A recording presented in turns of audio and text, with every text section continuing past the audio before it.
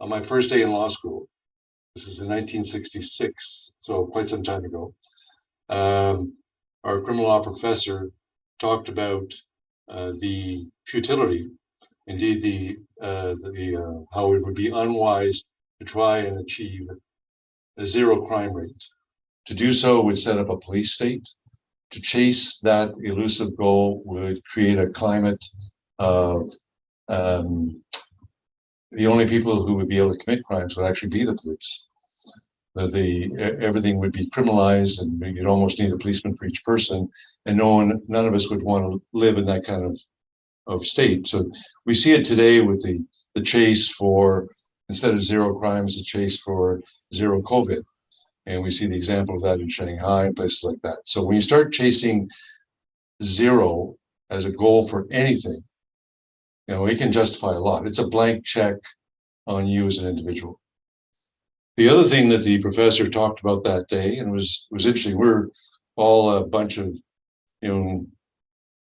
pretty naive young individuals from all over the province. And I'd never been to Toronto before I'd gone to school that year. And he talked about, more or less, I want you to remember this. He said, if the law is against you, argue the facts. If the facts are against you, argue the law. And if both are against you, attack the character of the other person. And you could have heard a pin drop for about 5 seconds as we sort of naively digested this. He said, no, I don't want you to do that third thing, but I want you to be aware when it's used against you. It's because the other person is trying to distract you, because your strength is the law is in your favor. Your strength is the facts are in your favor. And if you get pulled into name calling and whatever, you're the loser, because people are losing their focus on what's important. And it kind of stayed with me, and I've seen it play out not just in law but in business, where sit around in a meeting, big conference room, and if somebody was called to task for failing to do something, they would always try and change the topic. And the right approach to that is to say, well, we can talk about what you've brought up in 5 or 10 minutes. So right now, we're going to talk about these facts.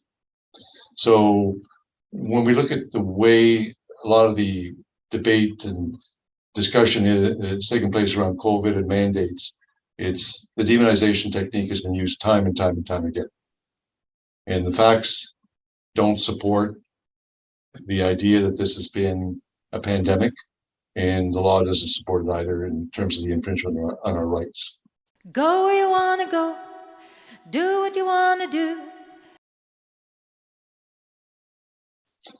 So if we can telescope to March of 2020, I was coming back from Hilton Head with my wife. We'd abbreviated our holiday, and I just finished reading a book on, of all places, the Ukraine. And I'd read about what had happened in the 1930s, when, due to the policies of Stalin, which included starvation, assassination, whatever, somewhere between 7 and 10 million Ukrainians had died. And in the book, there were photos of cadavers on the street waiting to be picked up. So as we're driving back, I just, these were the images in my mind. It was very, in March of 2020, it was very sinister. Everybody's really worried. And these are the images that were troubling me. I have 3 children, I have a grandson, and I was wondering, like, pandemic, is this what we're looking for? Is this what's going to happen? And I live about 25K from Cornwall. I drive in and out every day. And the only thing I've seen at the end of driveways or on the sidewalk, once a week, I see blue boxes for the garbage takeout. I haven't seen any cadavers. I have a large practice. I don't know of a single person locally who's died. None of my clients, none of my friends, none of my relatives. None of them have died for COVID. I ask other lawyers if they know anybody. They too. And we're all talking people in their 60s and 70s, my age, contemporaries. They don't know anybody. They also have not received any phone calls from anybody asking for them to go to the hospital to get a will done or power of attorney because their friend or relative or grandfather is dying from COVID. That hasn't happened either. Zero.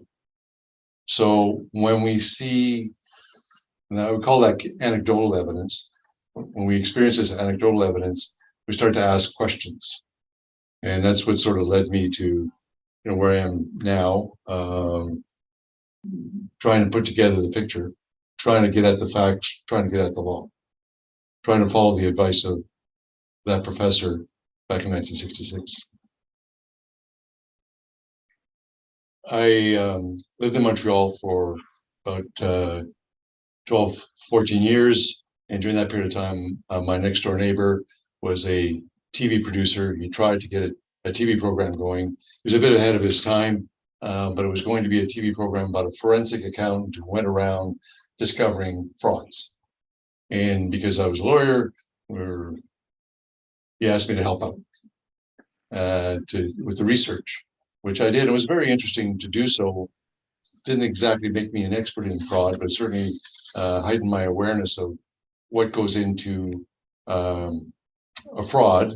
And the centerpiece seemed to be, the common denominator seemed to be the bold, what I call the bold lie, a lie that you just wouldn't say something like that yourself, because you'd figure, well, I'm going to get caught. It's so bold and so outrageous. And the second thing is, most of us have an ethical concern that we're not going to cause somebody else to rely on this bold lie and to their detriment. And one of the examples we came across, and it was the most interesting one, was a fellow at the end of the First World War in Paris who had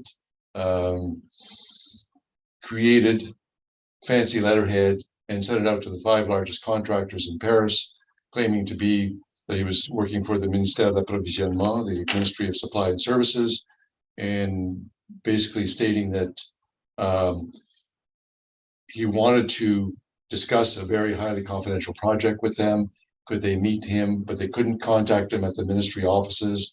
He had rented a room at one of the fancy hotels in Paris, and each of them had a designated time. So 10 o'clock for one, 2 o'clock for another, 4 o'clock for another. And the 5 contractors, all 5, did show up out of curiosity. And his pitch was the following. As you know, the French government has gotten into deep debt as a result of the First World War expenditures.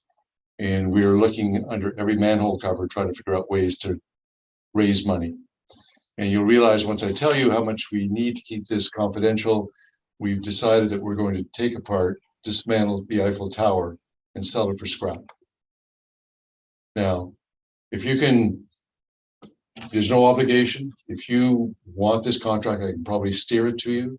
If you want to come back next week with an envelope with, I forget how many thousand francs, I can make it happen. Now, most of us would see through that as being pretty outrageous, but the following week, 5 out of 5 contractors showed up with their envelope and, paid in the money. So it just shows that when a lie is bold enough, people will almost sort of be entranced with it, captured by it, whatever phrase you want to use. So when we look at the local experience here, as I was describing, there's nobody has died. One day I'm reading the newspaper, and there was a link at the end of the newspaper about the number of people that have died from COVID in our area. And I was curious, so I did hit the link and was brought into a database, about 6,300 lines of code in Excel, which is a program I'm quite familiar with. And I reduced it to about 10 lines of information, which was by decade, how many people had died from COVID. I thought it was kind of sad that the Eastern Ontario Health Unit had not compiled that information in a meaningful way for people to be able to absorb it and understand it. And what it came out to is that there was not a single person under the age of 40 who had died. 0. There have been 1 person between the ages of 40 and 50 who had died. 1. And most of the rest had died were people over the age of 80. No comorbidities were listed. No physical state of the individuals was described, and the death rate worked out to about 4/100%.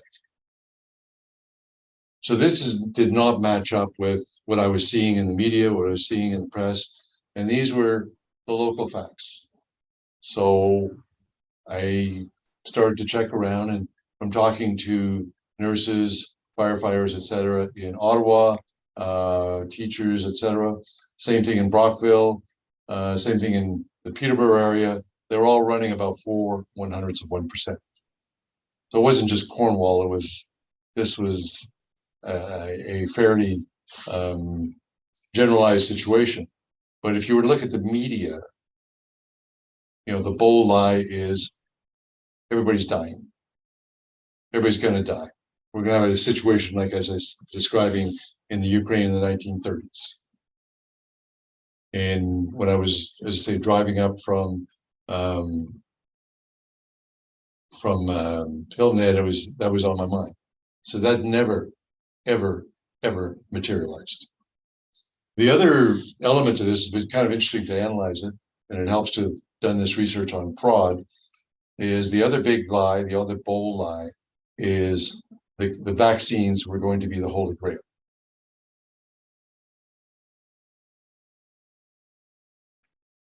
So when we look at the general scenario,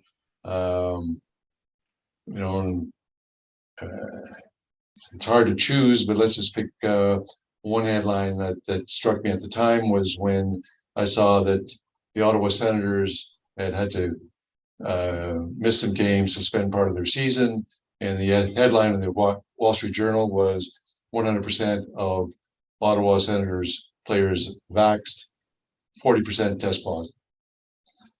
So if we had any product with a 40% failure rate, like brakes on a team bus, and the team was going to get to the airport, you'd probably think to yourself, well, gee, I'll just take my own vehicle.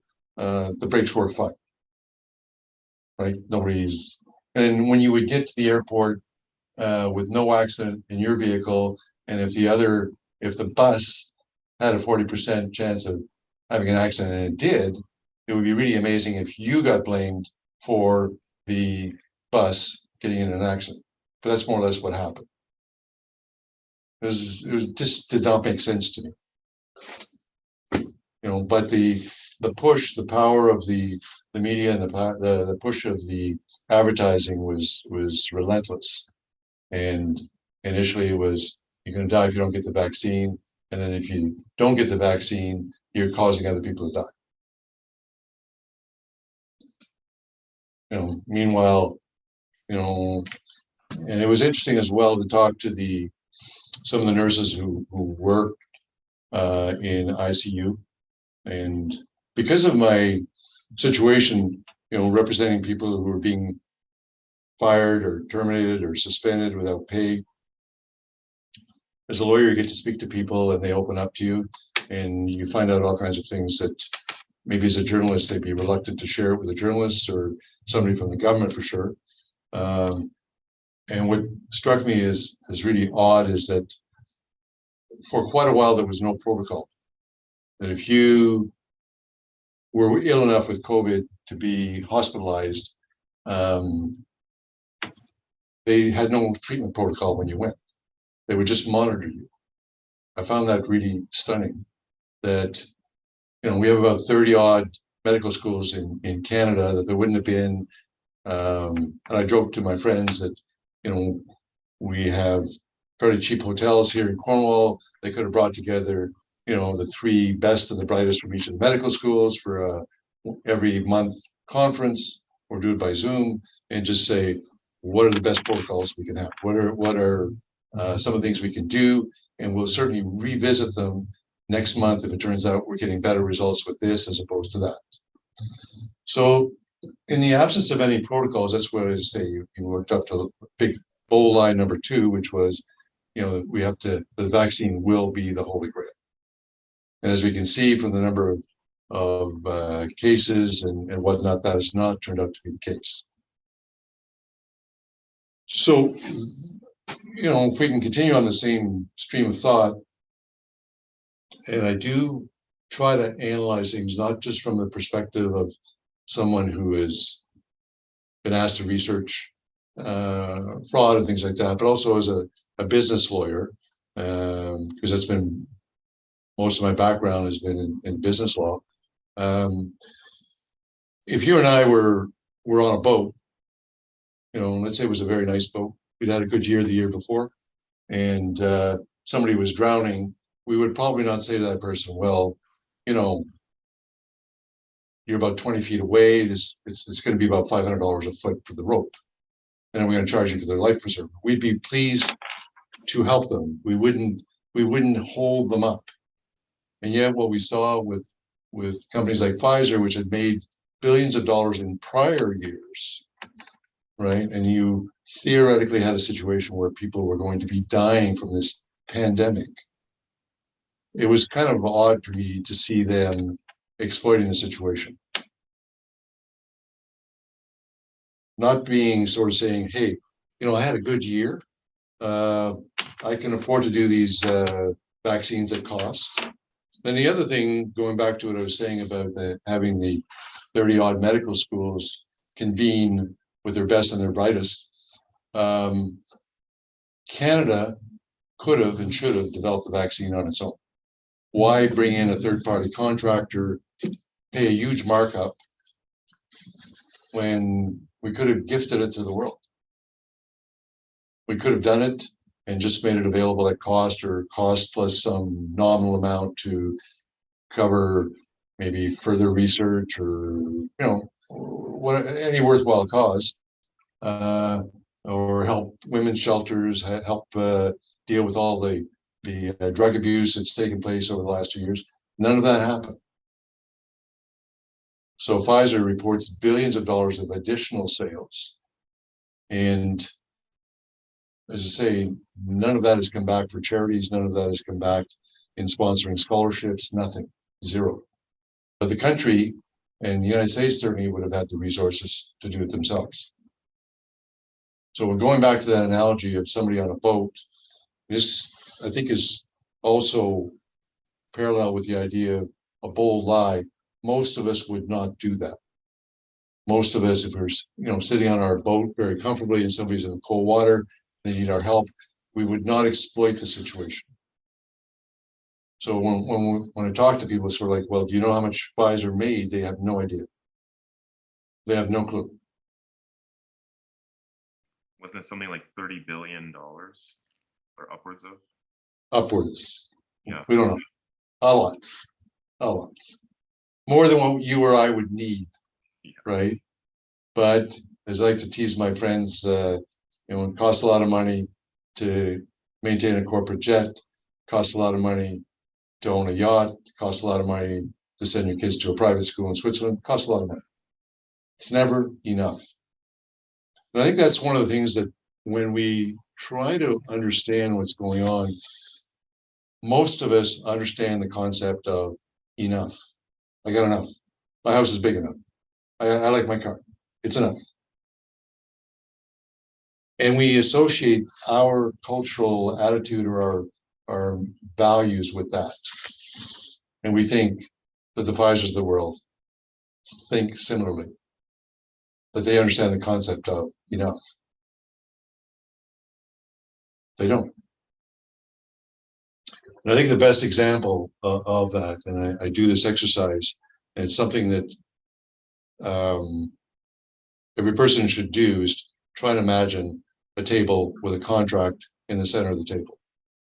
Most contracts end up in the 50-50 zone. Might end up being 52-48 in different situations, depending.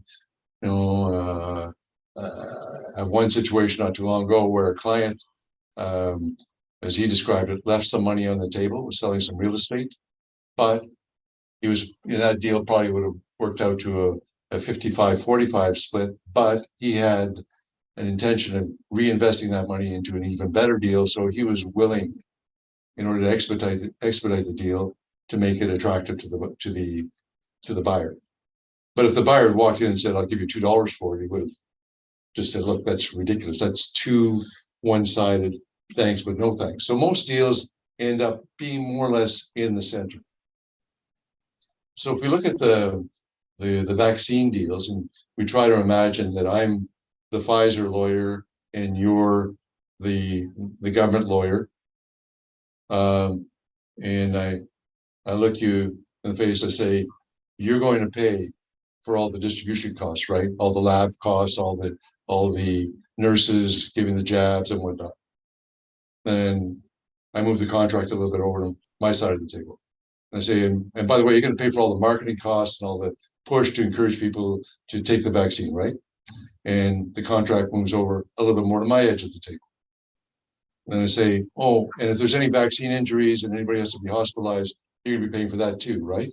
And the contract, so that over time, as you go through all of the various elements of these contracts, at the end, there's nothing on the table for the government. It's all in my lap. And as a final step, I look you in the face and say, and by the way, I'll be doing the tests as well, that will justify that this works. No one would do that, so when we see the structure of these contracts and how one-sided they are, it really is troubling. I've described them to myself and to my friends as the clown deals. Only a clown, and maybe even a clown would have trouble, wouldn't come at some point and say, gee, can I have a profit participation? Can I have some stock options? Can I have a royalty? I've provided all the money, right?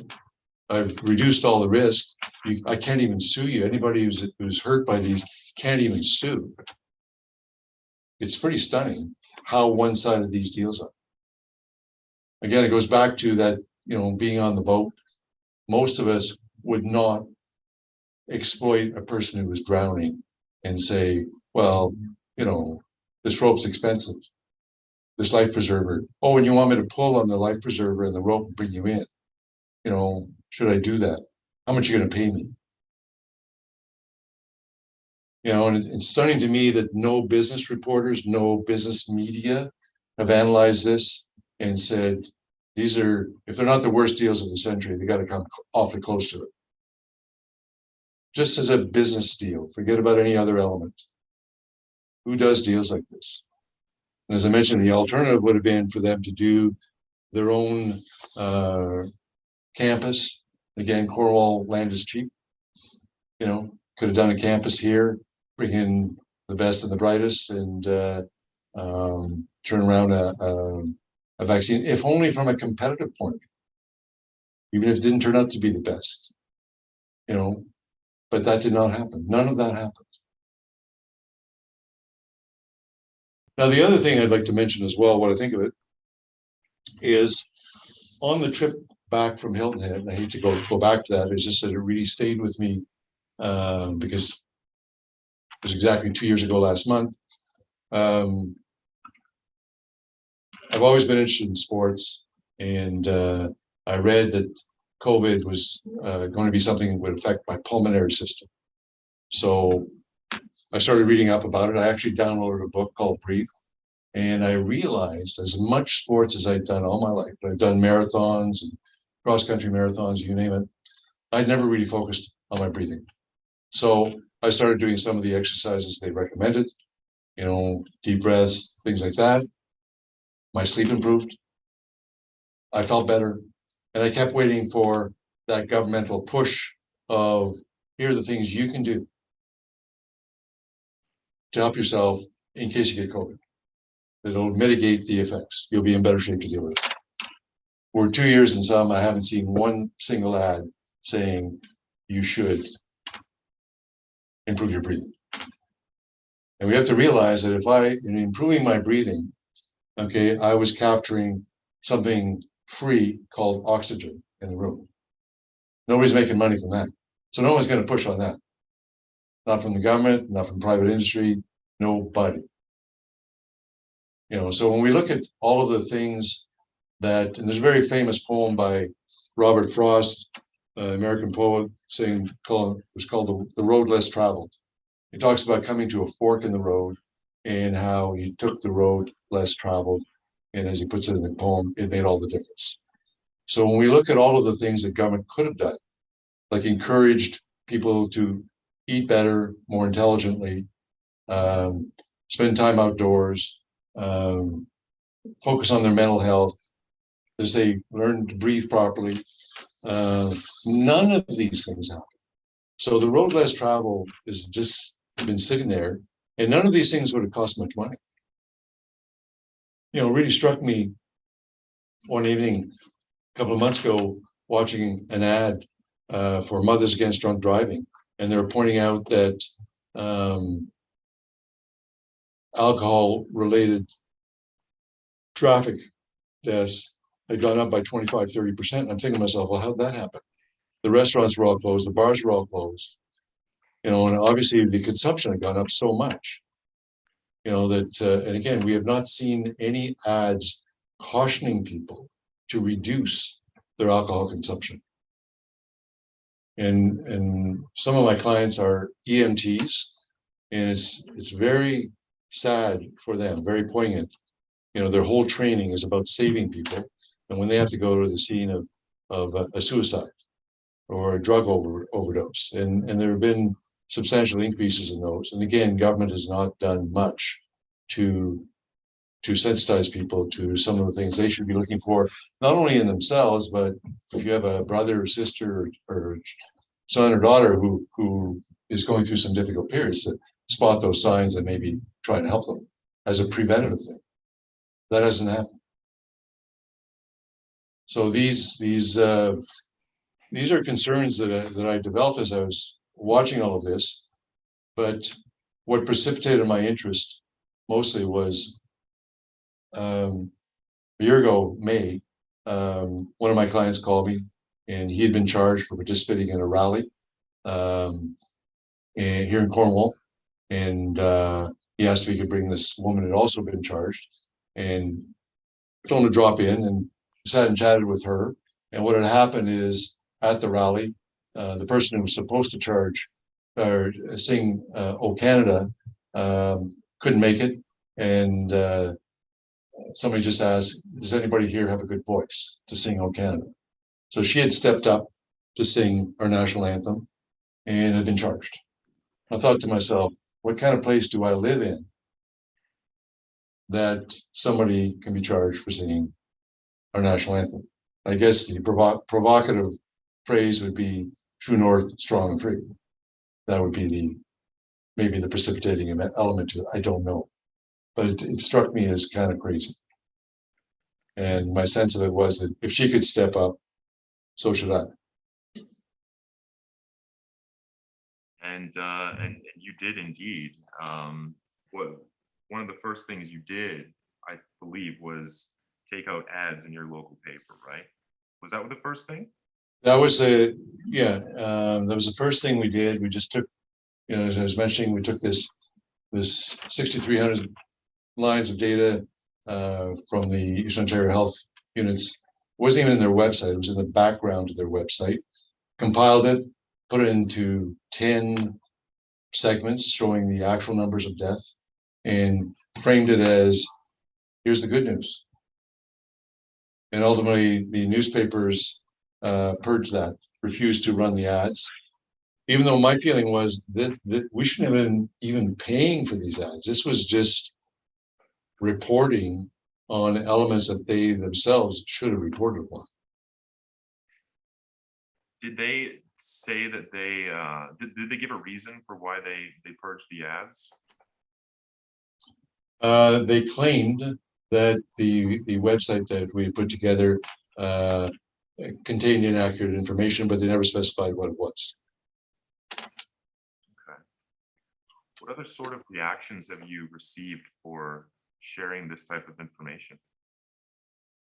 Well, you know, people were relieved to hear this news, but the fact of the matter is that the overwhelming push, not just in the, you know, from the health authorities, but also in the newspapers and various media, was to keep pushing on the scaring, the spooking of people, I would call it. And now we see, even though the mandate or not so much the mandate, but the requirement to continue to wear masks in different stores and whatnot has been stepped back a bit. They haven't spent the requisite amount of money to unspook people. You look at it, somewhere between 150 and 200 million dollars was spent in Ontario to spook people, and nothing's being spent to, in a way, alleviate all that messaging. So people are still going to be timid, afraid. I think also because Canadians tend to have good manners and are considerate, there's almost a feeling of, gee, just in case the other person's going to be offended or worried, I'm not going to worry them. I'm going to wear my mask too. Even though when we're 2 years in, there, other than the bold statement that masks work, there's no definitive study anywhere. You would think by now there'd be a definitive study that would say it's this kind of mask, and we're going to make them available free. We're going to exterminate this so-called virus. That hasn't happened. I mean, some of the masks that people wear, I don't even know why they bother calling it a mask. It's almost comical, but they're compliant, right? So that the vaccine became the centerpiece of the remedial steps to be taken. Nobody said you should learn how to breathe better. Nobody said you should be careful about your weight. And there's a number of studies that indicate that weight went up. People talk about how much they gained during this lockdown, which is almost predictable, right? You're not getting outside, you're not moving the way you normally would, and all of a sudden you're starting to put it on. Now, I might add as well, this is for further context, there is no training about nutrition and food in the medical community. I couldn't quite believe it myself until I was talking to, I have a niece and a nephew who are both doctors, and we had a family get together some 5 or 10 years ago, and it came out in the course of discussion that neither of them had taken a course in nutrition. So I went online that evening. And actually, I went online again a couple of weeks ago to verify this. I looked at the curriculum for both McGill Medical School and Queen's Medical School. Sure enough, nutrition is not even on there as an optional course. Wow. So the average person coming off the street, we could grab anybody off the street here, and they would have as much of a shot at knowing something about nutrition as a doctor. So it's a significant gap, and I'm not blaming the doctors. This is the medical system. And we have to, in a way, reorientate our thinking. It really is an illness system. It's not a health system. They call it health, but the hospitals themselves are not particularly well set up to offer assistance with your health. There's a Tim Hortons on the ground floor. That's a starting point. Not going to be particularly healthy. And I've gone to the hospital myself to get wills done, powers of attorney, and I typically set myself up to go on my way home around 4:30, 4:45. I drop in, take instructions, come to my office the next day, prepare the will, and then go back again to get it signed. So I've seen hospital meals arrive around the time that I'm getting there, and it really is kind of sad, and not just from a nutritional point of view, but from an attitude point of view. One of the things we look forward to is eating. The food should be well presented, should look attractive. That's not the way you would describe hospital food, unfortunately. So if they don't prioritize it, it's because nobody's trained in it, and it's just the way it is. It's in the Tim Hortons, and I go every 3 years or so to Ottawa for full kind of physical rundown, and one of the places I go to is the Ottawa Heart Institute, and there's a Tim Hortons on the ground floor of the Heart Institute. I always think to myself, there should have been a line in the sand for at least the Heart Institute, where they'd say, okay, you guys are in the other hospitals, but we're not going to let you come in here. But they're there. And given the quality of the hospital food, I wouldn't be surprised if a patient says to their friend or relative who's visiting, you know, you'll be going by the donut shop on the ground floor to get, could you pick me up a box, right? To get the exact stuff that probably put them there in the first place. It's kind of crazy. Be who you wanna be in freedom and joy.